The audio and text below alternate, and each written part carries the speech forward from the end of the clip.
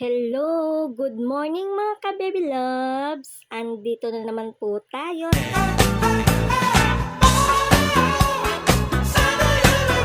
sa palengke ng Kiko. Andito nga lang ako sa pagtawid sa harapan ng palengke ng Kiko mga ka-baby loves dahil naantay ko ang aking sister Red.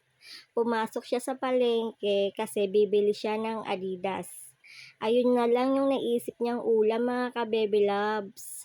Kaya sabi ko sa kanya ay dito na lang ako mag-aantay mga ka-baby loves. Hindi na ako sasama pumasok ng palengke. Kadalasan kasi dito ko siya inaantay sa may I-mall. Ayan ang aking waiting area. Kaya naman ang I-mall ang saksi sa aking paghihintay.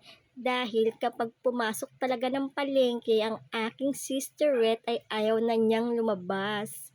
Ewan ko ba sa sisterette ko, pag pumapasok ng palengke, napakatagal. Parang ginawa niya ng mall ang palengke. Sige lang siyang ikot ng ikot. Kaya naman talaga ay nagpaiwan na lang ako dito mga ka-baby loves. Dahil isang ikot pa lang sa palengke, inahihilo na talaga ako. Kaya mas okay na yung nandito ako. At eto nga, nag-video-video ko para malibang naman ako. Hindi yung mukha akong tanga rito na nag-aantay tapos ang tagal-tagal ng aking sisterette.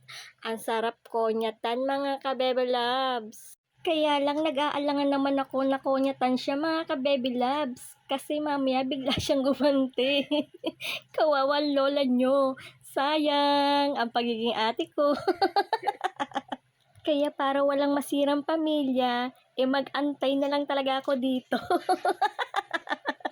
Sanay naman din na ako mag-antay mga ka-baby loves. Naalala ko nga dati nung may inaantay ako tapos hindi rin naman dumating.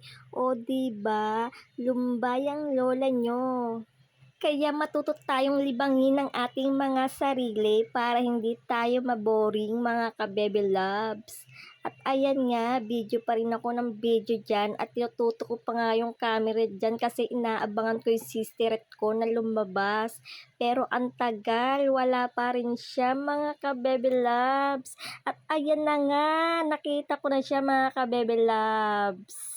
Tumingin pa sa akin si kuya kasi ang ingay ng bunganga ko Binoise over ko na lang to kasi majinga yung mga sasakyan kaya ayan, binoise over ko na lang. Ayan nga, hindi makatawid ang sisterette ko.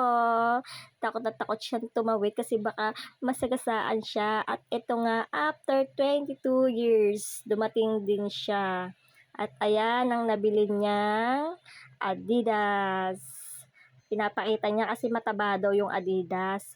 O siya mga ka-baby loves, hanggang dito na lang ang aking video. Bye mga ka-baby loves!